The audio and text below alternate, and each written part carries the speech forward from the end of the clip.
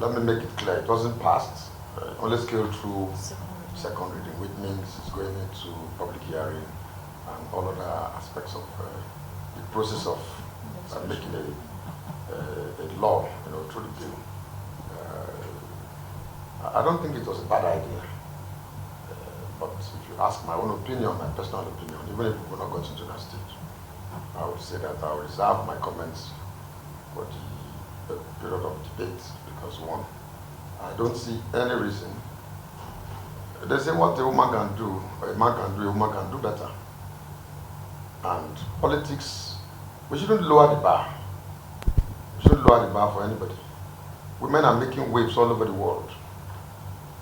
Even in Nigeria, you know of the Okonja Iwealas, the Aruma Otes, and all of them. So we shouldn't lower the bar for whatever reason.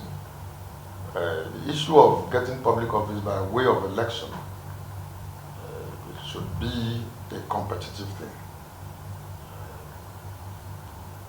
So much has been done. In most political parties, the issue of forms are free, to the extent I know, for women in most political parties. Those are enough incentives. You cannot go and amend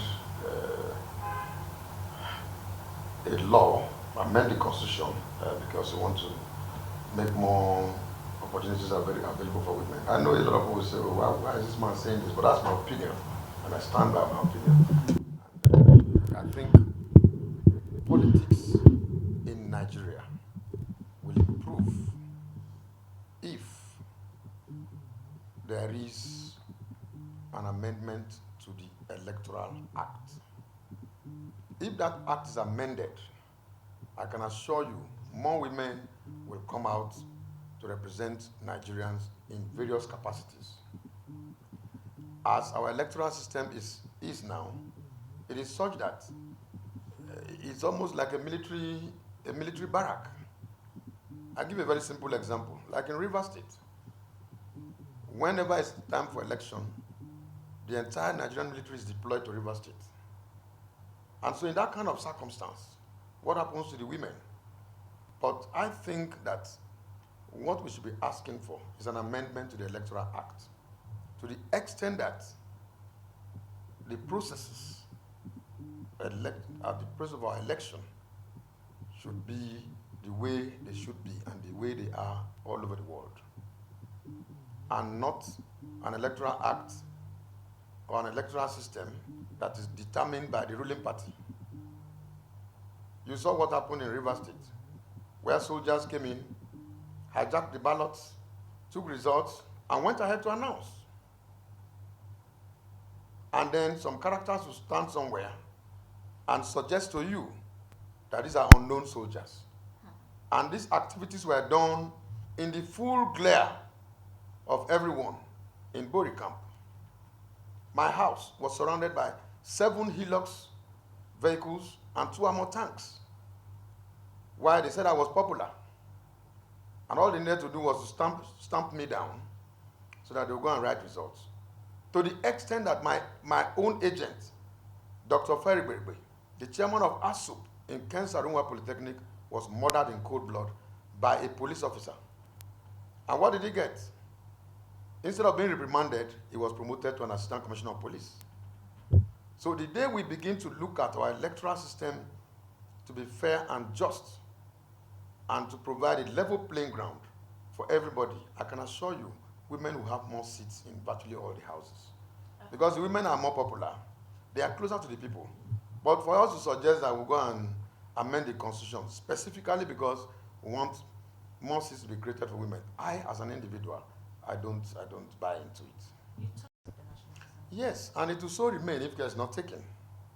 It will so remain. This act was amended and before the executive, and they withheld the act. We only hope and pray that if it is done this time around, they will not withhold their assent. That's what I'm trying to say. That we should reason beyond political considerations. We should look at Nigeria as where everybody is looking up to. And that's why we find ourselves in the mess we are in today. Every day people are shouting, there's insecurity in the land. This and that is happening. Nobody says anything about it. Virtually every call, including all motions and all that, all instruments that is legally available to Parliament, has been used. Virtually all, except very few. Do you understand? And they have come to deaf ears. We have an administration that the APC administration appears very clearly to be deaf and dumb. I make bold to say so. Let me give you an example. And I always want to use my state as an example. The Rivers State House of Assembly came up with a bill, and it was passed into law and assented to, that midwifed the neighborhood watch. Those who are supposed to be part of it were recruited, profiled by the DSS, the police, and other agencies of the government. But what happened? They were moved to the NYSC Permanent Orientation Camp, which is the facility of the NYSC, which is of the federal government. And as soon as they got in there, they were about to start their training. Soldiers came from nowhere. And the rest is history. But yet, you have Hisba in Kano.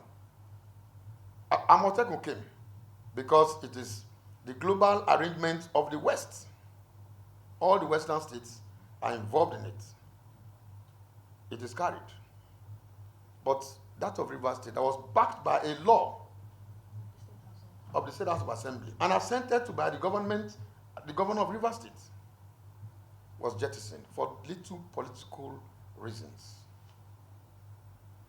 Those are the things that aggregate to where we are today.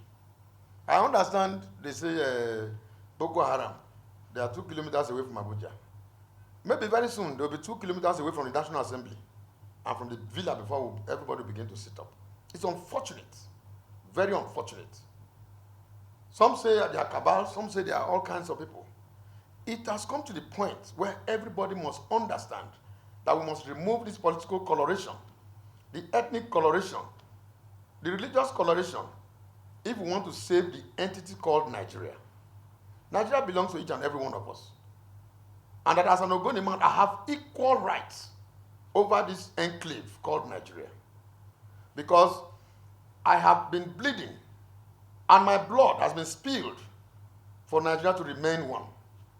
And I will not be part of asking that Nigeria divides. But unless and until we take very drastic steps by way of ensuring that we put this entity called Nigeria on a table and dissect it properly, where I can have a voice, not where oil is produced in my village. I don't have any access to anything that has to do with oil.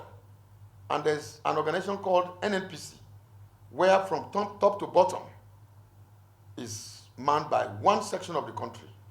Those are the things that are unacceptable, and we must tell the truth. We need to reorganize this country for us to have a better Nigeria. If not, things are going bad every day. And so back to the question.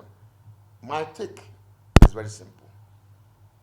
Yes, I salute those who have come up with this bill, but I believe strongly that if there's a level playing ground coming from proper amendments to the Electoral Act, every man and woman will have equal rights as it affects the political space.